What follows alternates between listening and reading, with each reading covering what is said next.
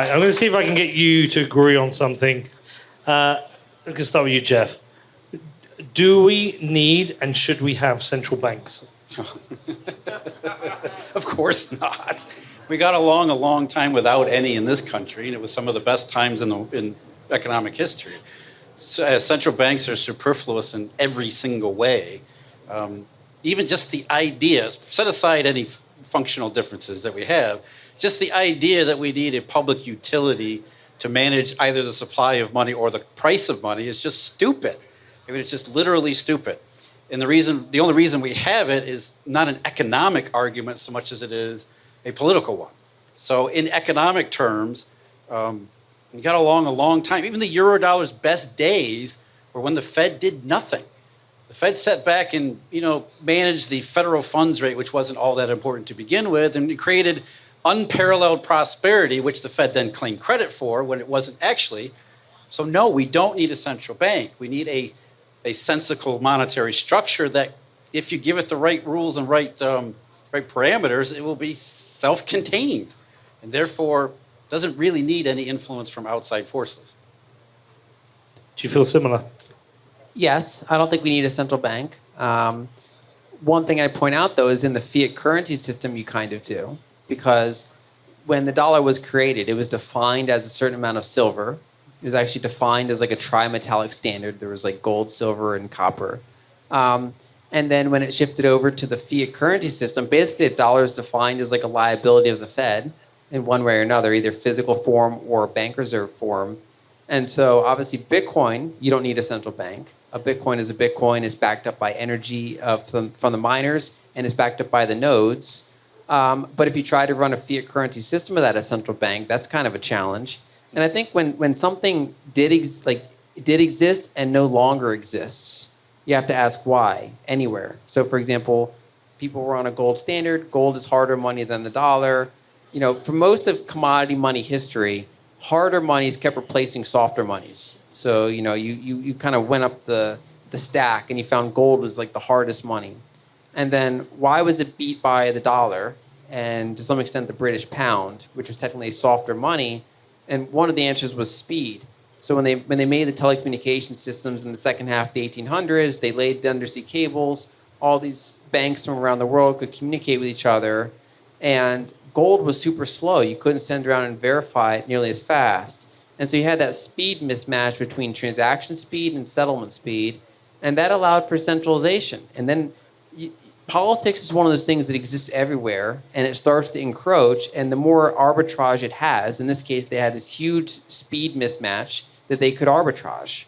And so, of course, it's political, but that politics happened literally in every country everywhere. And we have to ask why.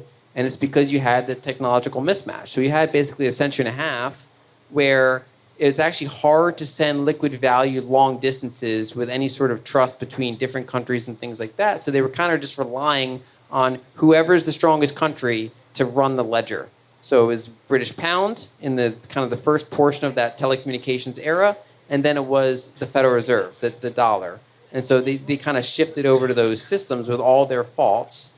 And so I think 2009 represented kind of the first alternative that says, hey, you don't need to do that. But it's not like when it's born, we can just all get it. It's not like WorldCoin. We can go around and scan everybody's eyeballs and give them all the currency. Instead, it's like there's this emergent thing that's growing, and the world has to slowly figure out what this is and decide whether or not they want to exchange other value for it. And I think it by extension, just has to take a long time. It's an emergent money.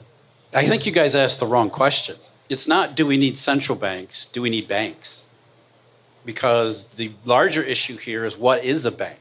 And as Lyn just pointed out, whether it's a central bank or a bank, it's nothing more than a ledger keeper. So if we have a centralized ledger like Bitcoin or some form of blockchain, do we even actually need the banks?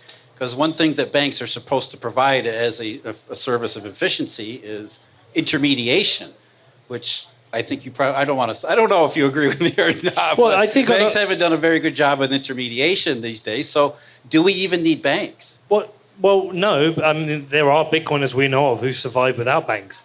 They survive with a multi-sig wallet or a hardware wallet. We know that exists already. I think there's certain infrastructure we can't get away from if you've kind of got a mortgage how do you pay a mortgage from a Bitcoin wallet? I'm sure somebody's figured it out. We perhaps need companies that provide. But why can't you, though? I mean, why wouldn't you be able to replicate everything that a bank Oh, does no, you without the can. structure of the corporate structure of a bank? I think you can. Is how much of the infrastructure is there at the moment? There are people who, if you went back 9 years, it would be very difficult to live entirely on Bitcoin. But now you can, because there's Bitcoin debit cards, or there's global liquidity. I mean, you can go to pretty much any country in the world now and exchange your Bitcoin locally for dollars or local currency. So I think the trajectory is, yes, we are heading there. We're just not there on every single part of every life. I think so. Banks kind of historically served two main functions.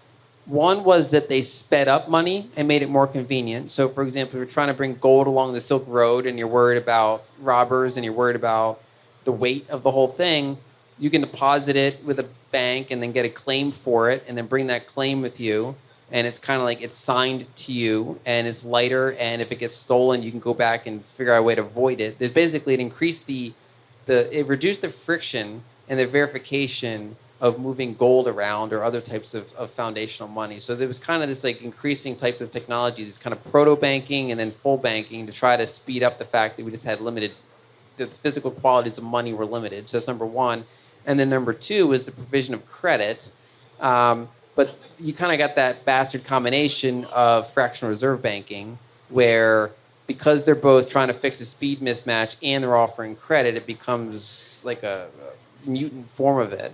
And so I think in a world, let's say with a Bitcoin world, you don't need banks in their current form. I think it still helps to have financial services companies that they can do collaborative custody. They might be able to do, time deposit type of credit. So not fractional reserve banking, but like, time matched type of credit provision, short-term lending for things like that. There's still financial services. That's always going to be kind of a case. It's even to some extent a scaling solution for very small amounts of Bitcoin or very fast forms of Bitcoin. But the role of banks changes based on the underlying technology, and then hopefully becomes much less, because Bitcoin is automating and giving the power kind of back to the user, and that what's left for financial services companies to do is much less than the form they've been in. Yeah, that's kind of the point here, is that the idea is that banks, or whatever their successor are, move from the center of the system to the periphery. And they have to compete to actually perform useful roles in order to survive. Whereas today they perform rent-seeking and political cover, which is the opposite of what we want. So a non-bank world should be far more efficient, because it moves banks to where they should be and makes them actually perform a useful role. There's something we agree on. Yeah, exactly. Yeah.